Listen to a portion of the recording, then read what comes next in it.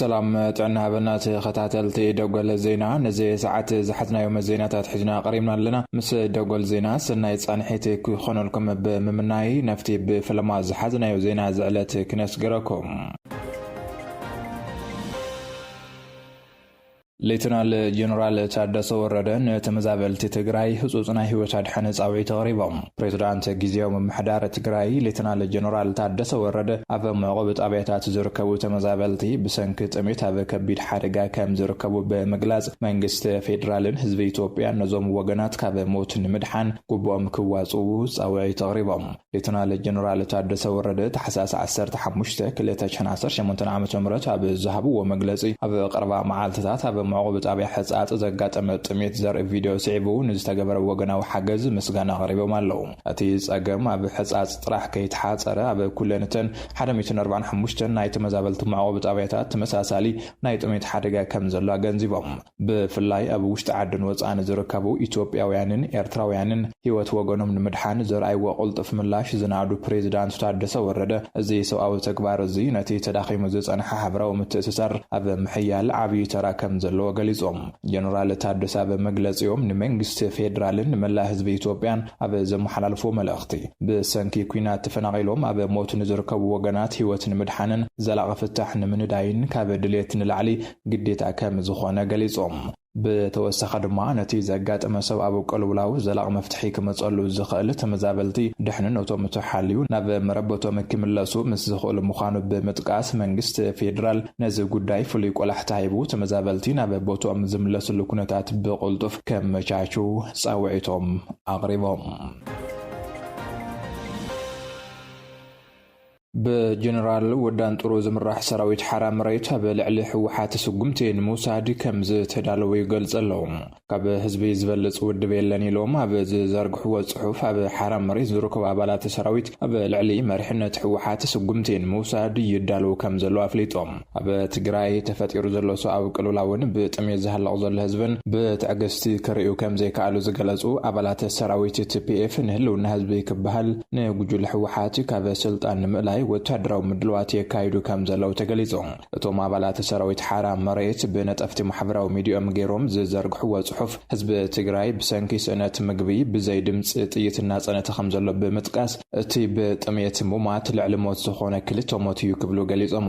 እቲ ጽሑፍ ወሲኹ ከም ዝሓበሩ መሪሕነት ሕወሓት ነቲ ብገበርቲ ሰናይ ንህዝቢ ዝተዋጽአ ገንዘብ ከይተረፈ ናባና ሃቦ በመባል ዝለዓለ ናይ ጭካነ ተግባር ይፍጽሙ ከም ዘሎ አቃሊዑ ኣብቲ ክልል ዘሎ ኩነታት ተመዛበልቲ ብፍላይ ድማ በከባቢ ሕጻጽን ካልኦት ማዕቆብታትን ዘሎ ምስሊ ኩነታት ትግራዋይ ዝገልጽ ኣዝዩ ዝሕዝን ምዃኑ ጠቂሱሎ እዚ ድማ ነቲ ሰራዊት ናብ ናይ ተግባር ውሳነታት ንክሰጋገር ከም ዝደረኾት ሓቢሮም ብመሰረቲ ካብ ግንባር ዝወጽ ሓበሬታ ብንኡስ ግንባር ደጉዓ ክወሃብ ዝጸንሐ ዝተፈላለዩ ወታደራዊ ስልጠናታት ተዛዚሙሎ ብፍላይ ካብ ክፍለ ሰራዊት ዲቪዥን 2 ሻለቃ 1 ኣብ ተጠንቀቕ ከም ዘላን ዝኾነ ይኾነ ትእዛዝ ንምትግባር ድልውቱ ምዃና ተፈሊጥሎ እዚ መንቀሳቐስ እዚ ከም ህዝቢ ንኸይነጠፍ ነቲ ህዝቢ ዘየድሕን ውድብ ክንወግድ ጥራሕ ዘለና ብዝብል መስከል ዝካየድ ዘሎ ምዃኑ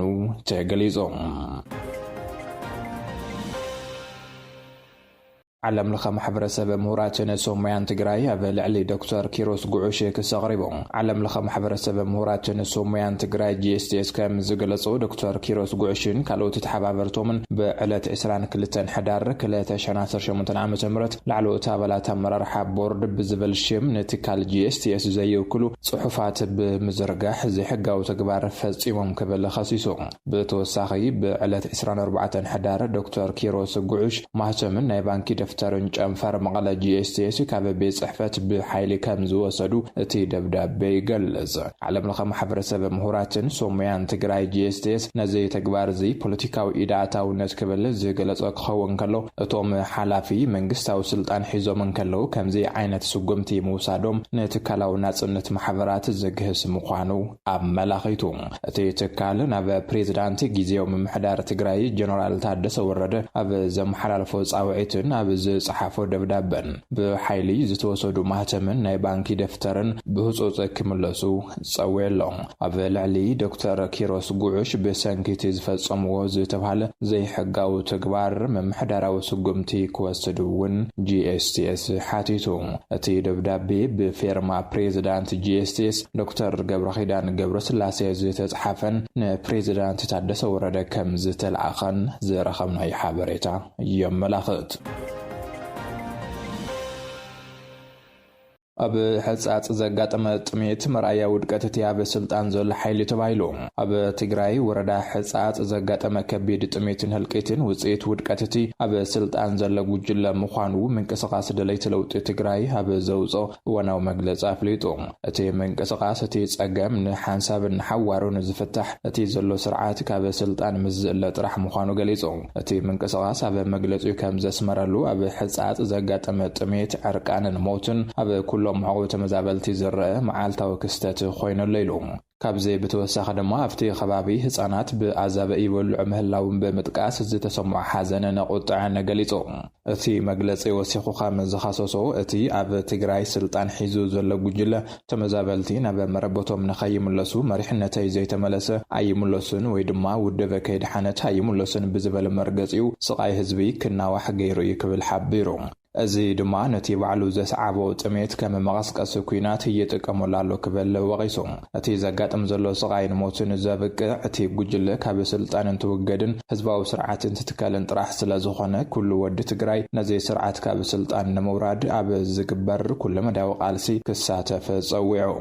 ኣብ ሕጻጽን መላእ ተመዛበልቲ ዘጋጥም ዘሎ ሓደጋ ንምንጋፍ ውዕሊ ፕሪቶሪያ ብዘይወዓል ሕደር ንምትግባር መንግስቲ ፌደራልን ማሕበረሰብ ዓለምን ታሪኻዊ ሓላፍነቶም ክዋጽኡውን ሓቲቱ እቲ ምንቅስቓስ ኣብ መወዳእታ ነቲ ኣብ ሕጻጽ ዘጋጠመ ሓደጋ ጥሜት ንኽቃላዕ ዝገበሩ ኣካላት ምስጋንኡ ኣቕሪብሎም ቦርድ መረጻ ኢትዮጵያ በትግራይ መረጻ ንምክያድ ምድላዋት ይገብር ከም ዘሎ ኣፍሊጡ ብሄራዊ ቦርድ መረጻ ኢትዮጵያ ምስ ፖለቲካ ውድባት ኣብ ዘካይዶ ዘተ ኣብ ትግራይ መረጻ ንምክያድ ዘድሊ ምድላዋት ይገብሩ ከም ዘሎ ኣፍሊጦም እቲ ቦርድ ምስ ዝተፈላለዩ ውድባት ፖለቲካ በዘካይዶ ናይ ምክክር መድረኽ ካብ ተሳተፍቲ ኣብ ትግራይ መረጻ ክካየድ ዝብል ሕቶ ቀሪብሉ እዩ ንዝቐረበ ሕቶ ምላሽ ዝሃባ ኣካባቢት ቦርድ ወይዘሮ ሜላት ወርቅ ሓይሉ ከምቲ ኣብ ካልኦት ክልላት ዝግበር ዘሎ ምድላው ኣብ ትግራይ እውን መረጻ ንምክያድ ስራሕቲ ይስራሕ ከም ዘሎ ገሊጸን ዝሓለፈ ሰሙን ምስ ላዕለዎት ሓለፍቲ ጊዜያዊ ምምሕዳር ትግራይ ብዛዕባ እቲ ኣብቲ ክልል ዝካየድ መረጻ ሰፊሕ ዘተ ከም ዝተገበረ ዘዘኻኽራትን ሓላፊት ካብቲ ዝተገበረ ዘተ ጽቡቕ ውጽኢት ይጽበዩ ከም ዘሎ እውን ሓቢረን እዚ ንሸውዓይ ዙር ዝካየድ ዘሎ ሓፈሻዊ መረጻ ነጻ ፍትሓውን ገለልተኛ ንክኸውን ኩሎም መዳርግቲ ኣካላት ግዲኦም ክዋጹ ጻውዒት ዘቐረበ እንትኸውን ብወገን ፖለቲካዊ ውድባት እውን ምስቲ ዝወፀ ናይ ግዜ ሰለዳን ኩነታት ጸጥታን ዝተኣሳሰሩ ዝተፈላለዩ ርእይቶታት ቀሪቦም እዮም ሕወሓት ምስ ቦርድ መረጻ ዝነበሩ ናይ ሕጋዊ ሰውነት ክርክር ስዒቡ ከም ውድብ ዳግም ተመዝጊቡ ፍሉይ ምስክር ወረቐት እኳ እንተረኸበ እቲ ቦርድ ግን ቅድሚ ኩናት ዝነበሩ ናይ ቀደም ሕጋውነት ሰውነቱ ኣይመለሰሉን እዚ ድማ ሕወሓት ኣብዚ መረጻ ንክሳተፍ ኣብ ውሽጡ ዘሎ ናይ ኣመራርሓ ምክፍፋልን ምስ ቦርድ ዘሎ ምስሕሓብን እንተዘይፈቲሑ እቲ መረጻ ብዘይ ሕወሓት ናይ ምዃን ዕድሉ ዝለዓለ እዩ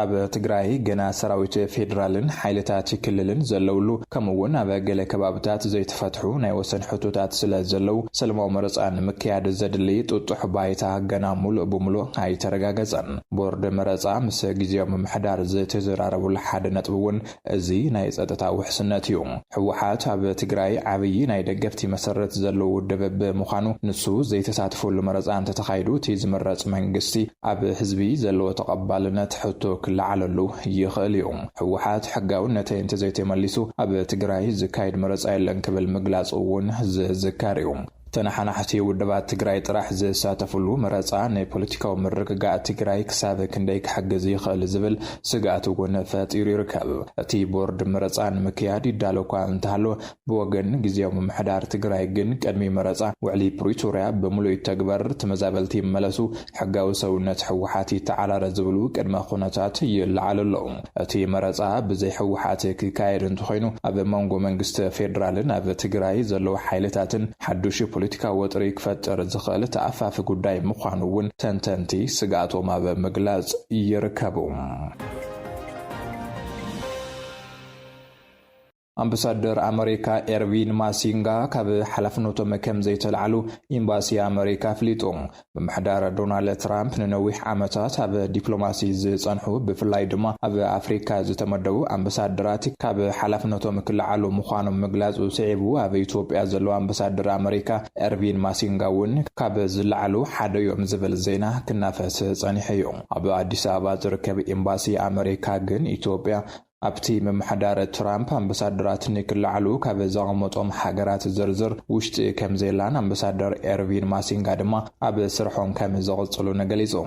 እቲ ኤምባሲ እቶም ኣምባሳደር ናብ ዋሽንግተን ንኽምለሱ ከም ዘይተጸውዑን እቲ ዝተዘርግሐ ዜና ሓሶት ምዃኑን ብምግላጽ ኣምባሳደር ማሲንጋ ትማሊ ምስ መንግስቲ ኢትዮጵያ ዝተፈረመ ናይ ጥዕና ስምምዕነት በኣካል ተረኺቦም ስርሖም የካይዱ ከም ዘለው ከም ምርኣይ ኣቕሪብሎ ፕሬዚዳንት ዶናልድ ትራምፕ ብምምሕዳር ጆ ባይደን ዝተመደቡ ኣምባሳደራት ከም ዘልዕሉ ክግለጽ እኳ እንተጸንሐ ኣምባሳደር ኤርቪን ማሲንጋ በፈረንጂ 2023 ብምምሕዳር ባይደን ተመዲቦም ናብ ኢትዮጵያ ዝመጹ ዲፕሎማስኛ እዮም ይኹን እምበር ብመሰረት ሓበሬታ እቲ ኤምባሲ ንሶም ኣብ ስርሖም ዝቕጽሉ ምዃኖም ተረጋጊጹሎም በተዘማዲ ኢትዮጵያን ኣሜሪካን ስምምዕነት ሰነድ ምትሕብባር 1.6 ቢልዮን ዶላር ከቲመን ከም ዘለዋ እዩ ዝግለጽ ዘሎ መንግስቲ ኣሜሪካ ኣብ ኢትዮጵያ ንልምዓት ዓውዲ ጥዕና ዝውዕል ደገፍ 1.16 ቢልዮን ዶላር ዕላው ገይሩሎም እቲ ምትሕብባር ን5 ዓመታት ንመጠናኸሪ ዘላቒ ልምዓትን ኢንቨስትመንትን ዓውዲ ጥዕና ዝውዕል እዩ ተባሂሉ ኣብቲ ስምምዕ ሰነድ ሚኒስተር ገንዘብ አይተ አሕመድ ሸዲ ሚኒስተር ጥዕና ዶክተር መቅደስ ዳባን ኣምባሳደር ኣሜሪካ በኢትዮጵያ ኤርቪን ማሲንጋን ክታሞም ኣንቢሮም እዮም ኣብ ቱርኪ ብዘጋጠመ ምሕምሻሽ ነፋሪት ሓለቓ ስታፍ ሰራዊት ሊብያ ሓዊሱ 5 ጀነራላት ከም ዝሞቱ ተገሊጹ ሓለቓ ስታፍ ሓይልታት ምክልኻል ሊብያ ጀነራል መሐመድ ዓሊ ኣሕመድ አልሓዳድን ካልኦት 4 ሰባት ነፋሪቶም ካብ መዕርፎ ነፈርቲ ኢሰን ቦጋ አንካራ ተበጊሳ ብዙሕ ከይጸንሐት ብዘጋጠመ ሓደጋ ህይወቶም ሓሊፉ እታ ናብ ርእሰ ከተማ ሊብያ ትሪፖሊ ንምብጻሕ ዝተበገሰት ነፋሪት ካብ መዕርፎ ነፈርቲ ምስ ተላዕለት ኣብ ውሽጢ 30 ደቂቕ handbataw ቴክኒካዊ ጸገም ከም ዘጋጠማ ተገሊጹ ከም ጸብጻብ ሰበስልጣን ቱርኪ ታንፋሪት መስም ቁጣጥር ማእኸል ርከብ ድሕሪ መቁራጻ ናብ አንካራ ንምምላስ ጻዕሪ ተገይሩ ነይሩ ይኹን እምበር ታንፋሪት ቀድሚ ማዕላባ ሄማና ሃበ ዝበሃል ከባቢ ከም ዝወደቐት ትሓቢሩ ኣብቲ ሓደጋ ምስ ጀነራል አልሓዳድ ብሓባር ህይወቶም ዝሓለፉ 4 ላዕለዎት ሰበስልጣን ሰራዊት ሊብያ ምንባሮም በጽሕፈት ዜና ሰራዊት ሊብያ ገሊጹ ቀዳማይ ሚኒስተር ሊብያ ዓብደል ሐሚድ ደይባ በማሕበራዊ ገጽ ኤክስ ትዊተር አበዝ መሐላልፎ መልእኽቲ ዝተሰምዖም ዓሚቕ ሓዘን ገሊጾም ኣለው እዚ ዓብይ ሓደጋ እዚ ንሃገርን ወታደራዊ ትካልን ዓብይ ኪሳራ እዩ ንሃገሮም ብተወፋይነትን ብስነ ስርዓትን ዘገልግሉ ጀጋኑ ሲና ክብሉ ገሊጾም ባርከሰ ፍትዋት ተኸታተልቲ መደብ ደጎል ዜና ነዚ ሰዓት ዘዳለናዮም ዜናታት ነዞም ክትከታተልዎም ዝጸናሕኹም ይመስሉ ነይሮም ብቐጻሊ ብኻልኦት ዓበይቲ ዛዕባታት ክሳብ ንራኸብ ሰናይ ንዓኹም ሰላም